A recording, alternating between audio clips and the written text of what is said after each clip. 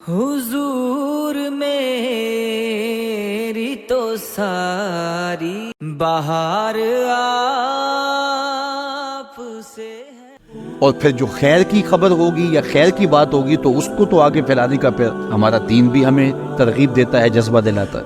تو حضرت ابو ہریرہ اس جذبے کے تحت جو سنتے تھے پھر آگے منتقل کرتے۔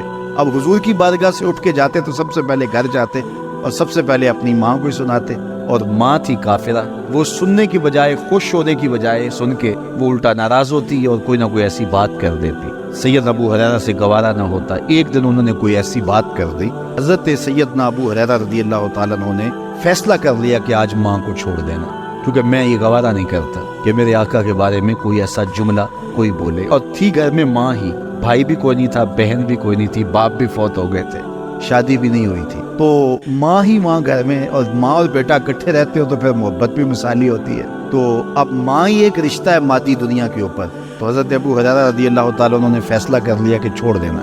چھوڑ کے گھر سے نکلے، لیکن دل ڈوب رہا ہے کہ ایک ہی تو رشتہ تھا، وہ بھی گیا۔ افسردہ ہے، حضور کی خدمت میں پہنچے، دل و قلب و نگاہ کے مرشد اولین نے ابو ہریرہ کی اداسی دیکھی تو فرمایا ابو ہریرہ کیا بات ہے؟ تو حضرت ابو ہریرہ جس طرح بندہ پھٹ نہیں پڑتا، تو عرض کی حضور میری ماں کی ہدایت کی دعا کر دیجئے۔ ساری کہانی 2 لفظوں میں بیان کر، میری ماں کی ہدایت کی دعا کر دیجئے۔ حضور نے نہیں پوچھا کیا ہوا، کیا ماجرا ہوا، فوراً ہاتھ اٹھ گئے اور لفظ کیا تھے؟ اللہم اہد ام ابی ہریرہ، اے اللہ ابو ہریرہ کی ماں کو ہدایت دے دے۔ ادھر انہوں نے بے چینی سے یہ بات کہی، ادھر حضور کے ہاتھ اٹھے، پھر ان اٹھے ہوئے ہاتھوں کو خالی تو موڑا ہی نہیں جاتا۔ اجابت کا صحرا، عنایت کا جوڑا، دلہن بن کے نکلی دعائے محمد صلی اللہ علیہ وسلم۔ تو حضور علیہ السلام نے ہاتھ اٹھا دی، حضرت ابو ہریرہ نے دوڑ لگا دی۔ کسی نے پوچھا ابو ہریرہ آج بڑی جلدی ہے؟ کہا آج ہی تو دیکھنا چاہتا ہوں، گھر پہلے میں پہنچتا ہوں یا حضور کی دعا پہلے پہنچتا۔ جا کے دروازے کو دستک دی، اندر پانی کے کھنکنے کی آواز آ رہی تھی جس طرح کوئی غسل کر رہا۔ آواز دی تو آواز آئی، بیٹا ابو ہریرہ ٹھہرو، میں بھی آئی۔ کہا لہجے سے سمجھ گیا اس میں محمد عربی کی دعا بول رہی ہے۔ تھوڑی دیر کے بعد میری ماں آئی، تازہ آثار وضو سے اور غسل کی وجہ سے ان کے جو ہے وہ بالوں سے قطرے ٹپک رہے تھے اور لبوں پر میرے حضور کا کلمہ جاری تھا، اللہ اکبر، سیدنا ابو ہریرہ تیرے مقدر پہ قربان۔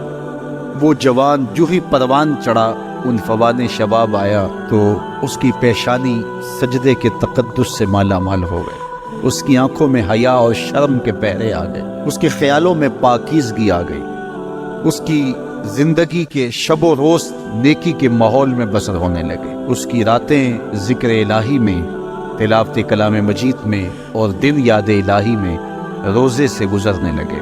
وہ جوان جس کی جوانی اللہ کی عبادت میں گزری، کہ جوانی اگر عبادت میں گزر گئی تو بڑھاپا تو پر نور ہے ہی ہے۔ سب سے مشکل مرحلہ زندگی کا جوانی کا ہے۔ شیطان زیادہ ورغلاتا ہے کسی شخص کو جب وہ جوانی کے مرحلوں سے گزر رہا ہوتا ہے، تو جس کی جوانی خیریت کے ساتھ گزر گئی اور اس نے اپنی جوانی کے تقدس کو محفوظ رکھ کے منزل تک پہنچا لیا، اپنی عصمت کے جوہر کی حفاظت کی، اپنی آبرو کو لٹنے نہیں دیا، اپنی آنکھوں کی شرم و حیا پر پہرے بٹھائے اور آنکھ کو برباد نہیں ہونے دیا اور اپنی زندگی کے تقدس کا پہرا دیا، تو جو جوان اپنی جوانی کو خیریت کے ساتھ گزار گیا۔ کسی نے کہا تھا نا، کتاب زیست کا ایک اور باب ختم ہوا، شباب ختم ہوا، ایک عذاب ختم ہوا۔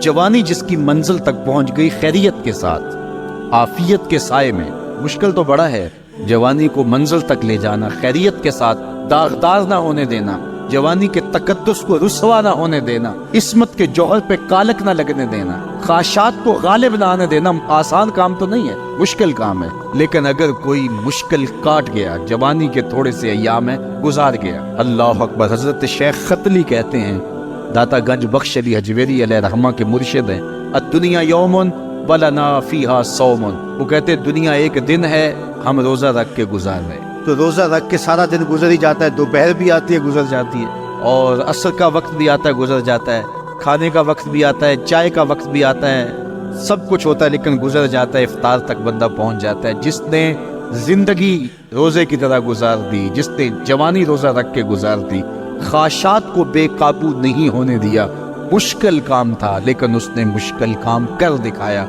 اجر کتنا بڑا ہے، سنیے اللہ کے محبوب کی زبان سے سنیے۔